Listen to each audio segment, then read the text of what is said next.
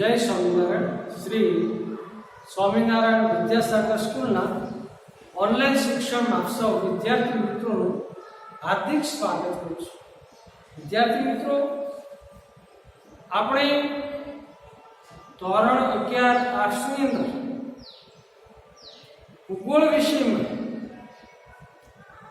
જે 8મો પાઠ વાતાવરણ કે જે આપણા માટે ખૂબ જ મહત્વનો છે એમનો આપણે અભ્યાસ કર્યો. એમાં આપણે જોયું હતું કે નાઇટ્રોજન એટલે કે N2 જે 78% જોવા મળે છે,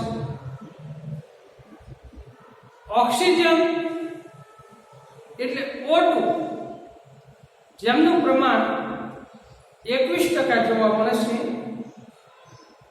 આર્ગન 0.93% જોવા મળે છે,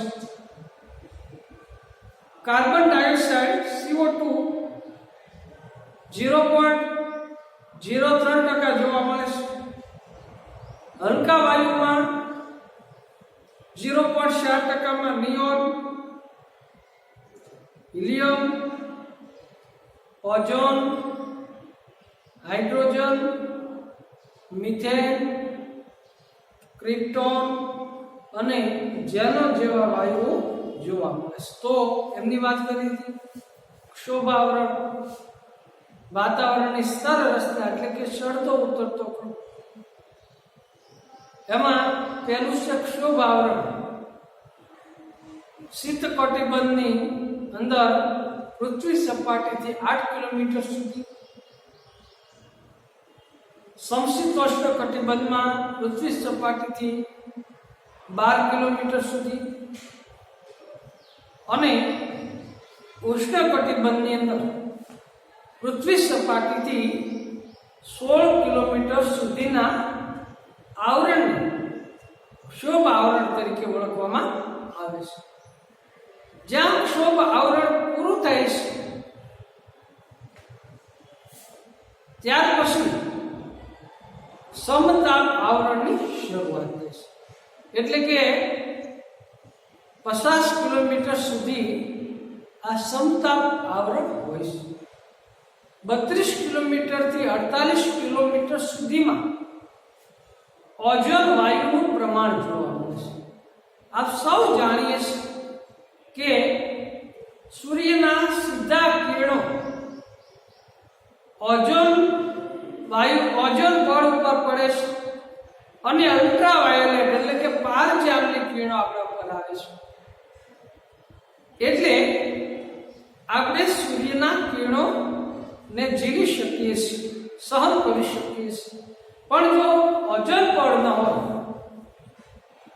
અને સીધા કિરણો જો આપણા પર પડતા હોય તો પૃથ્વી સપાટીનો નાશ થઈ જાય છે.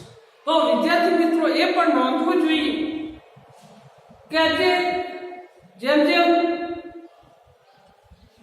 હવાનું પ્રદૂષણ વધતું જાય છે તેમ તેમ ઓઝોન પડની અંદર ગાબડા પડવા લાગ્યા છે. એટલે કે ઓઝોન પડ તૂટવા લાગ્યું છે. ભૂગોળવિદોને એ પણ ચિંતા છે કે જો ઓઝોન પડ તૂટી જશે, આ જ રીતે પ્રદૂષણ વધતું રહેશે તો ઓઝોન પડ તૂટી જશે અને સૂર્યના સીધા કિરણો છે એ માનવી સહન નહીં કરી શકે, પ્રાણી સૃષ્ટિ નાશ પામી જશે. એટલા માટે ભૂગોળવિદો પર્યાવરણ બચાવવા માટે, પ્રદૂષણ ઓછું કરવા માટેના સતત પ્રયત્નો કરી રહ્યા છે. તો વિદ્યાર્થી મિત્રો, આજે કાલે જ હતું કે ભાઈ બ્રિટનની અંદર 2030 પછી પેટ્રોલ ડીઝલથી ચાલતા વાહનો નહીં ચાલે, એની પર પ્રતિબંધ મૂકી દેવામાં આવ્યો.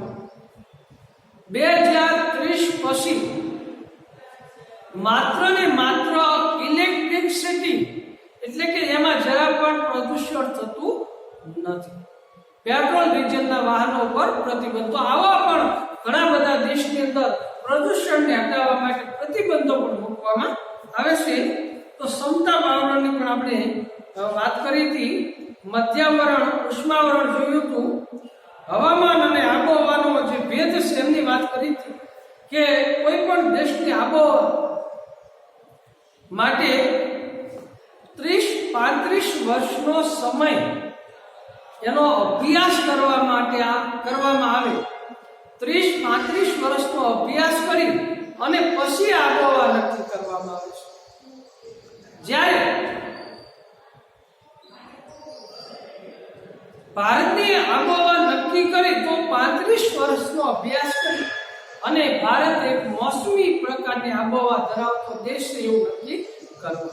શિયાળો, ઉનાળો અને ચોમાસું એ મહિનાઓ પ્રમાણે આપણે જોયું કે ડિસેમ્બર થી જાન્યુઆરી, ફેબ્રુઆરી સુધી શિયાળો, ઠંડા હવામાનની ઋતુ, માર્ચ થી મે ઉનાળો, માર્ચ, એપ્રિલ અને મે ગરમ હવામાનની ઋતુ, જૂન થી સપ્ટેમ્બર વર્ષા ઋતુ. તો આ રીતે અભ્યાસ કરવામાં આવે છે અને આબોહવા નક્કી થાય છે. ભારત મોસમી પ્રકારની આબોહવા. હવામાન એટલે એકાએક પલટો.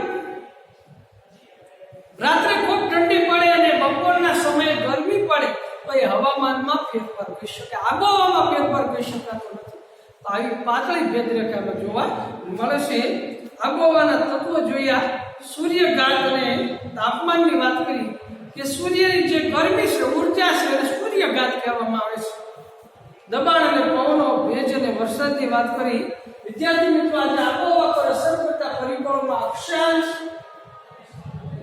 સમુદ્ર સપાટીથી ઊંચાઈ, સમુદ્રથી અંદર, મહાસાગરના પ્રવાહો અને જમીનના પ્રકારની વાત કરવાની છે. તો પહેલું જોઈએ અક્ષાંશ.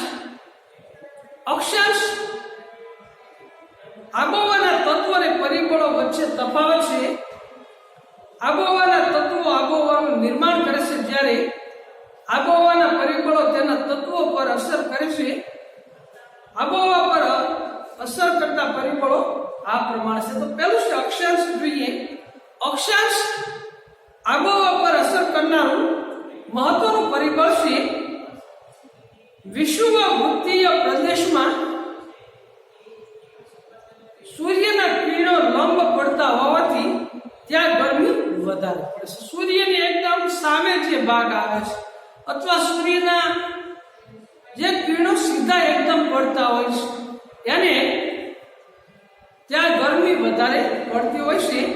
ત્યાં બાષ્પીભવન વધારે થાય છે. સૂર્યની ગરમી વધારે પડે એટલે પાણી ઝડપથી ગરમ થાય છે અને એનું વરાળમાં રૂપાંતર થાય, જેને આપણે બાષ્પીભવન કહીએ છીએ.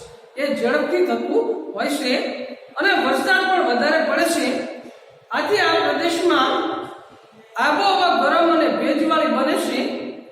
વિષુવવૃત્તીય પ્રદેશથી ધ્રુવીય પ્રદેશો તરફ જતા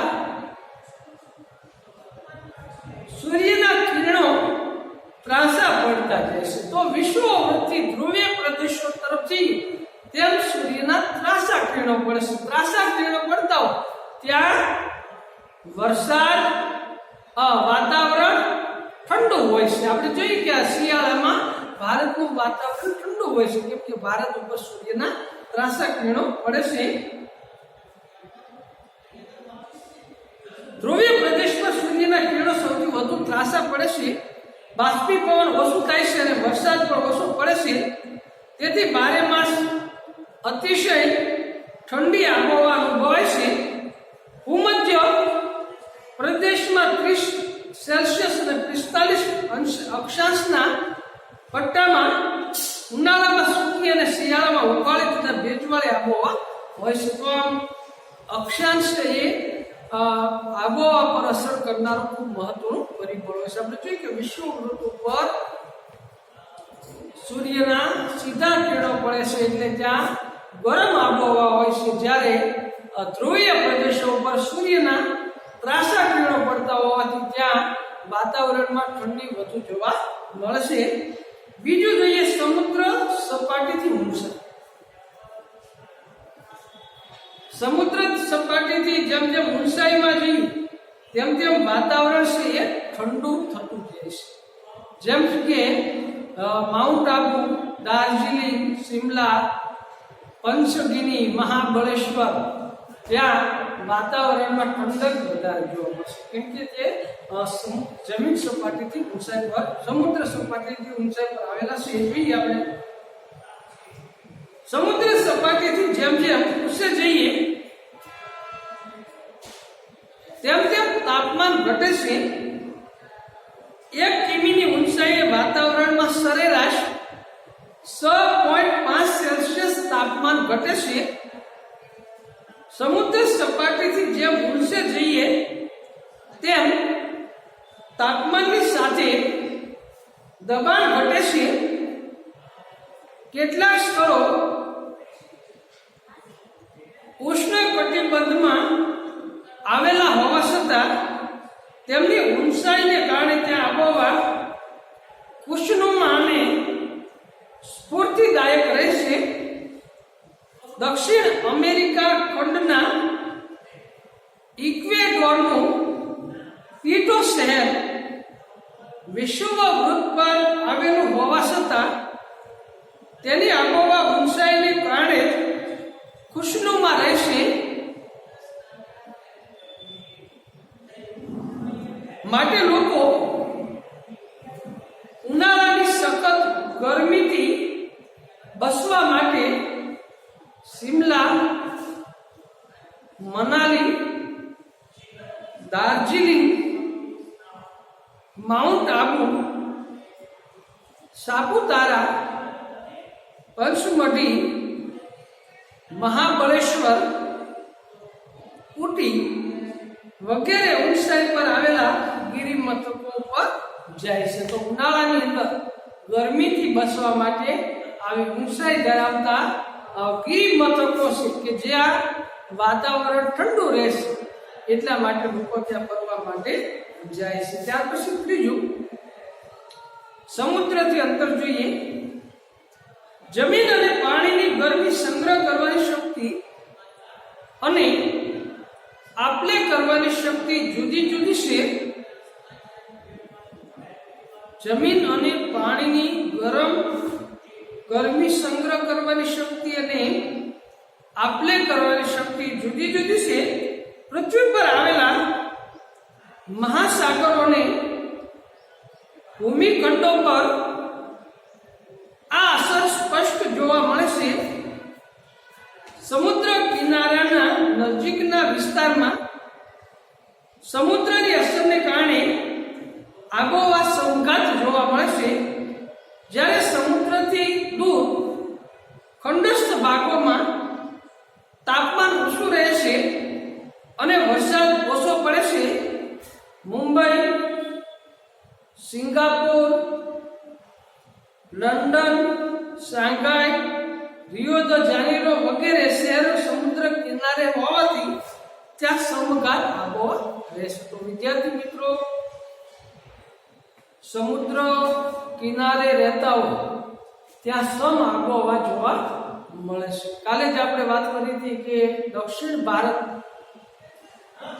એમને પૂર્વે બંગાળાની ખાડી,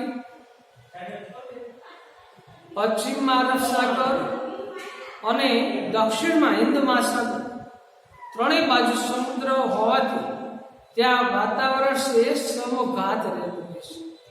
ત્યાં શિયાળામાં અતિશય ઠંડી પડતી નથી, ઉનાળામાં અતિશય ગરમી પડતી નથી, એક સરખું વાતાવરણ જોવા મળતું હોય છે. એ રીતે Mumbai, Singapore, London, Shanghai, Rio de Janeiro આ બધા સમુદ્ર કિનારે આવેલા હોવાથી ત્યાં વાતાવરણ સમઘાત રહેશે. જ્યારે દિલ્હી, મોસ્કો, વિનિપેગ, અમૃતસર, લાહોર વગેરે શહેરો સમુદ્ર કિનારાથી દૂર હોવાથી ત્યાં આબોહવા વિષમ રહેતી હોય છે. તો વિદ્યાર્થી મિત્રો, ત્યાર પછી મહાસાગરના પ્રવાહો, તો એમની વાત આપણે પછી કરીશું. પણ ગૃહ કાર્યની અંદર આબોહવા પર અસર કરતા પરિબળોમાં અક્ષાંશ, સમુદ્ર સપાટીથી ઊંચાઈ અને સમુદ્રથી અંતર, એમની નોંધ લખી અને મારા WhatsApp નંબરની અંદર મોકલી આપજો. તો અહીંયા આપણે રાખીએ. જય શ્રી કૃષ્ણ.